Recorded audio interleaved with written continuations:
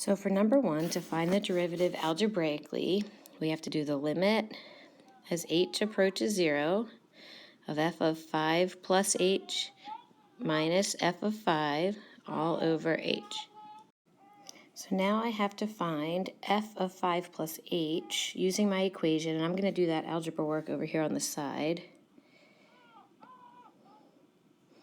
So we're going to plug in 5 plus h to this x and this x. When you have something squared, it means multiply by itself. I'm going to write that out.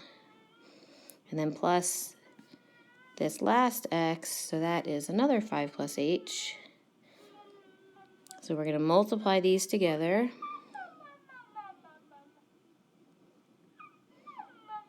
And then combine like terms. So let's see, that is 30 plus 11h plus h squared. So that trinomial replaces this part of my limit.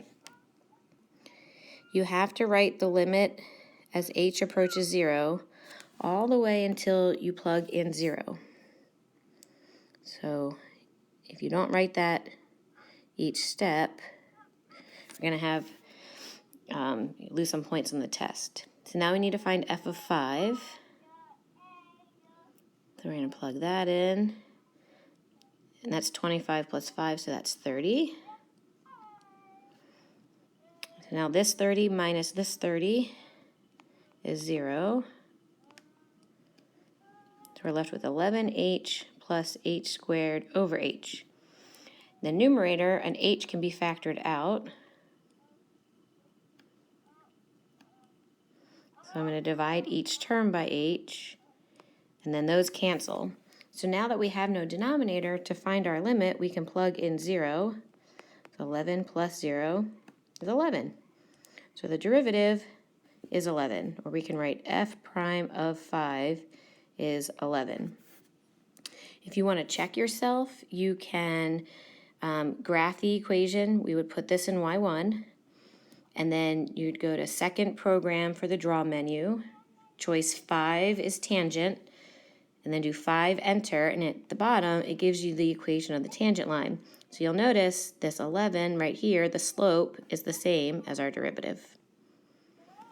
So now for number 2, because we have to find the limit using a table, you're going to take this part and plug it into y1 in your calculator. Make sure when you do that you put a parenthesis around the numerator. So here you can see what it looks like when I type it into y1. Go to their table and type in the x values, and as we look, as you approach from both sides, the number you're approaching is 4. On your test, you must write the numbers in these boxes. You have to show us what you saw in your calculator so that we can give you full credit. Okay, and then lastly for number 3, average velocity is just normal slope calculation between those values. So the y values in the numerator.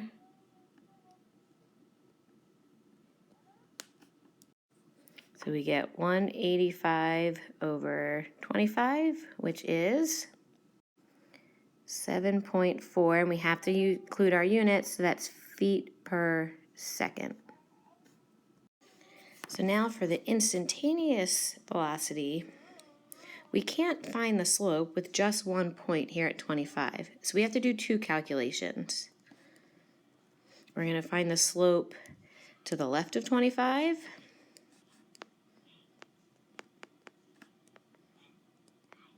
and then we're going to find the slope to the right of 25.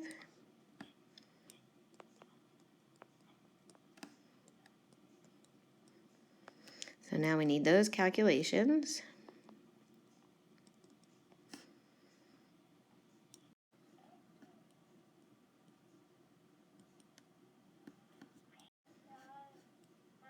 So because 8 and 12 are not very close together, we have to find out what are those 2 numbers approaching. So what we're going to do is to find the instant velocity. We're going to add those up. Divide by 2 is the average. So that is 10 feet per second. Okay, so here's another warm-up we would do in class. Number one is what is the average velocity? So again, we're going to find the slope between 5 and 20.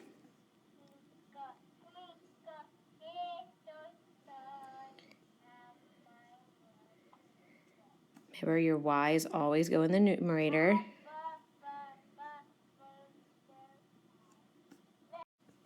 We get 10 feet per second. So now the instantaneous velocity at 10, that's this point. So we're going to find the slope to the left and the slope to the right.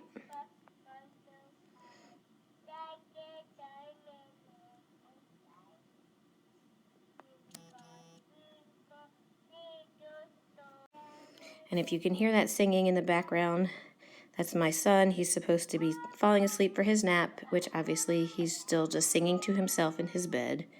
So I apologize. So this first one is 5, and now we have to do the slope to the right.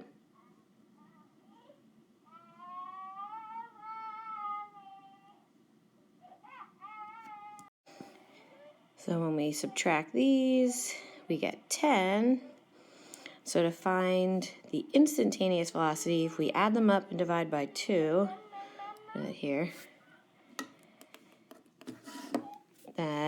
so the instant, oops,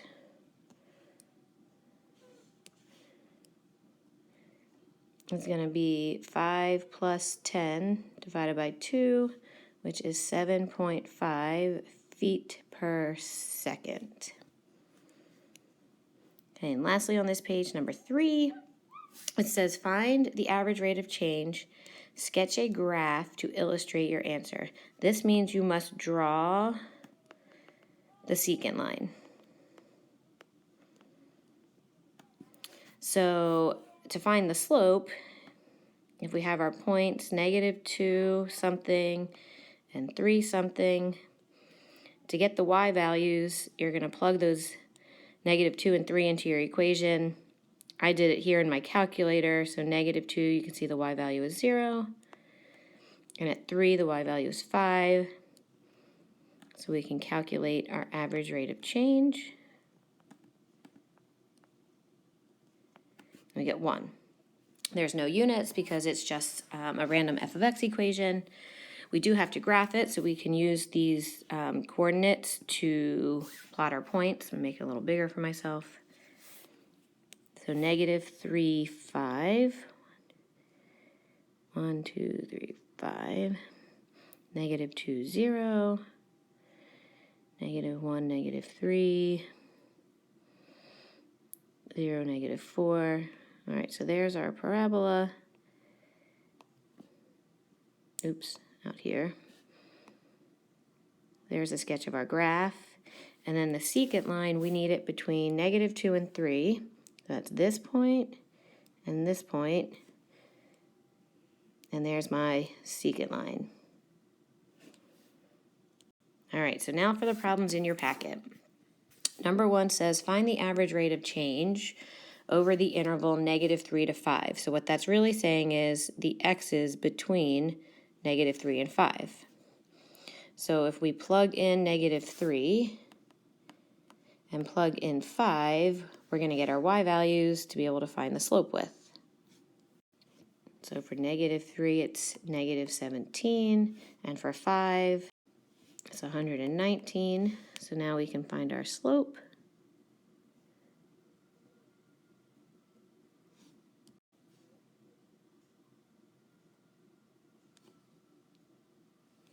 We get 17. Okay, so now for number 2, 3, and 4, we're going to use that table. 2 is the average velocity between 2 and 16. So that slope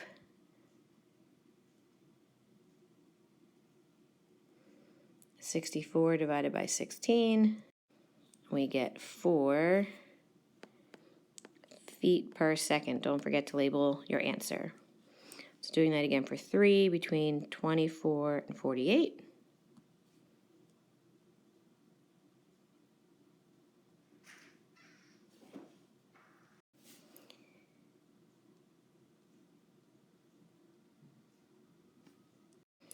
So our numerator is 30, the denominator is 24, and we get 1.25 feet per second. So then lastly for 4, we want the instantaneous velocity at 24. So that's the slope to the left and the slope to the right. So we'll do that here.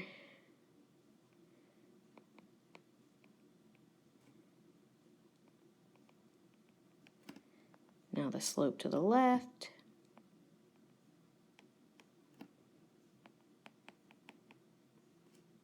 We'll calculate both of those.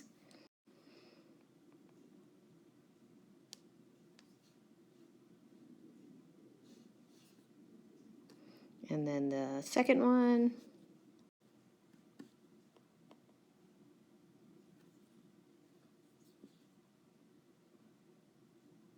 So to find our instantaneous velocity, we're going to add those both up and divide by 2.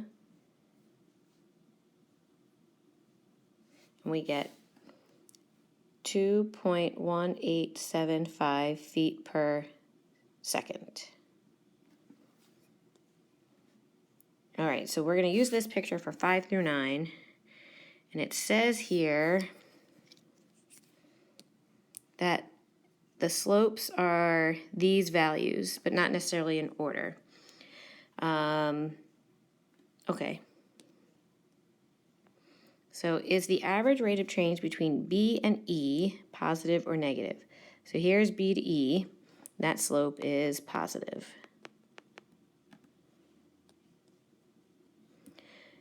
During which interval is the average rate of change larger? Okay, so here's A to B, B to C, D to E. So I'm really looking for the steepest one. A to E is not going to be it, and then E to F. So I think D to E is the largest slope. All right, estimate the average rate of change at F. Looking at our values here, I know the slope at F is a negative, and the only other negative here is C. And since F is steeper, I'm going to choose the -3 for that. What point has a slope of 0? That would be a point at a maximum or minimum, so that's point E.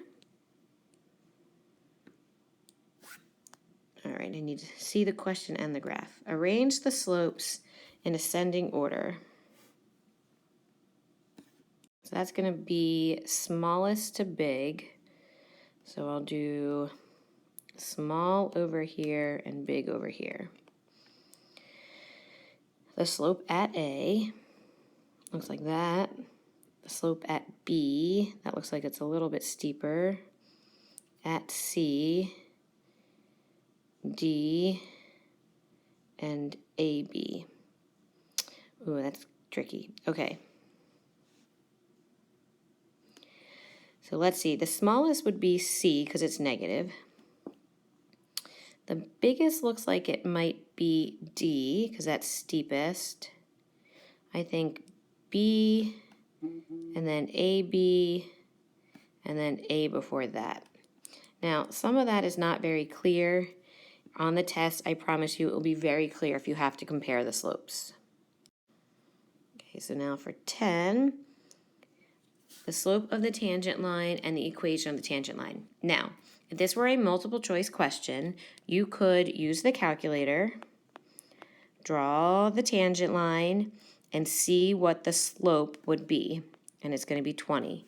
Now, if it gives you 19.999999999, you have to make sure to stop and think and make that 20. If it gives you 20.00001358, whatever, you have to stop, think about what that rounds to, and make it 20. You could also do the limit of f of 2 plus h minus f of 2 all over h. You can either use your calculator to evaluate the limit. You can plug in 2 plus h to simplify. on the test, there will be one specific question where you have to use the limit, but it's going to say use the limit to algebraically find the derivative. This question doesn't say, so let's just go with the calculator's derivative, which is the slope of the tangent line, and that's 20.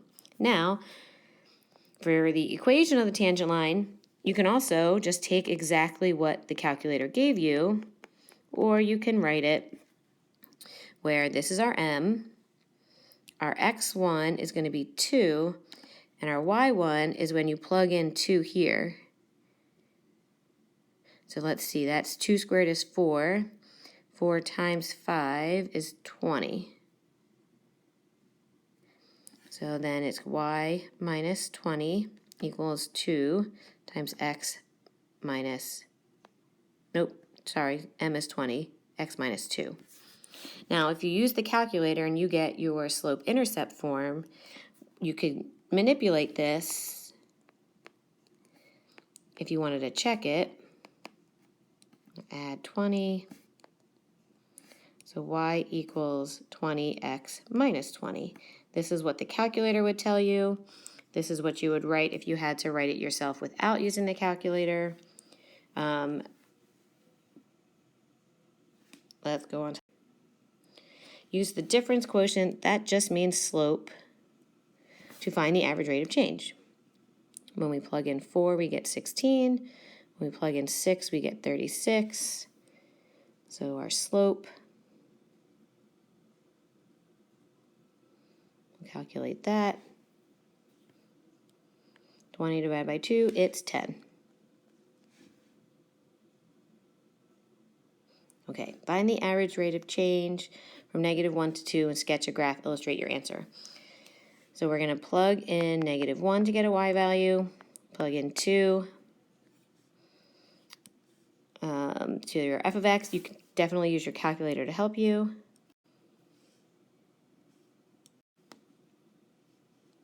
So then our average rate of change,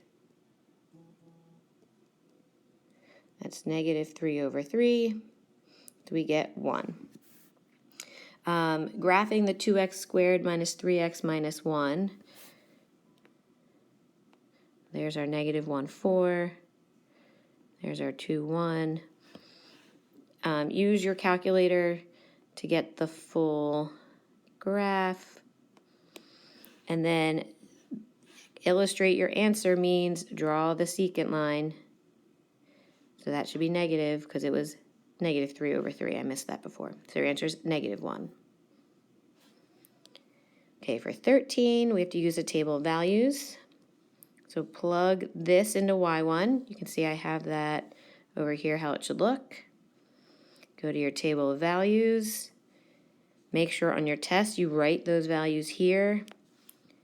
What are they both approaching from both sides? And that value is 6. Okay, and 14, we have to find it algebraically. That means we must use the limit as h approaches 0 of f of 2 plus h minus f of 2 all over h. So f of 2 plus h,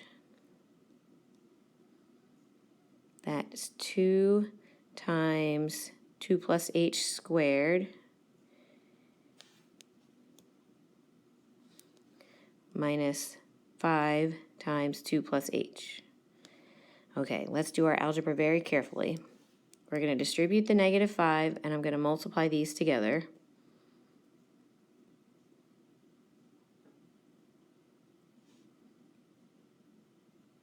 Then I'm going to distribute the 2.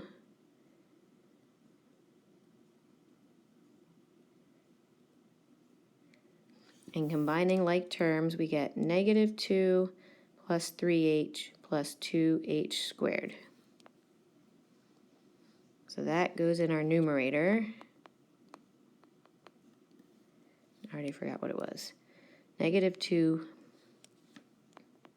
plus 3h plus 2h squared minus, now we need f of 2. I don't have much space. I'll find it up here. So f of 2 is 2 times 4 minus 10. that's negative 2. So minus a negative, that's like plus. You know, negative 2 plus 2 is 0.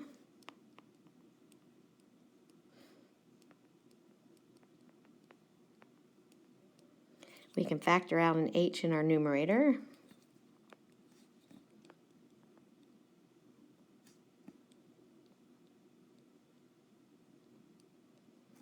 Now these h's divide. We can plug in 0 and we get 3. If you want to use your calculator to check, you can draw the tangent line and see there the slope is 3. We got it right. All right, find the equation of the tangent line at x equals 1, sketch the function and the tangent line. All right, multiple choice, you should use draw tangent. You can get the equation right from the screen. There it is. If you just use that the derivative at 1 is 3, we can write the equation of the tangent line this way. So when we plug in 1 to the original, we get negative 4 as a y value.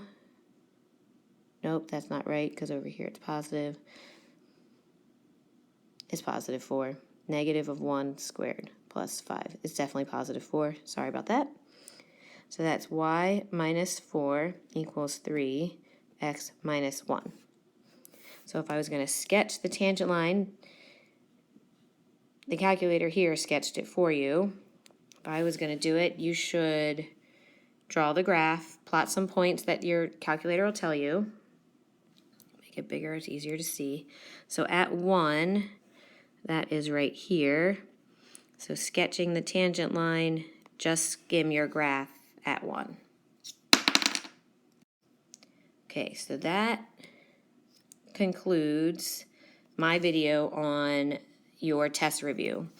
There are more pages in your packet that you can do as extra practice for test review.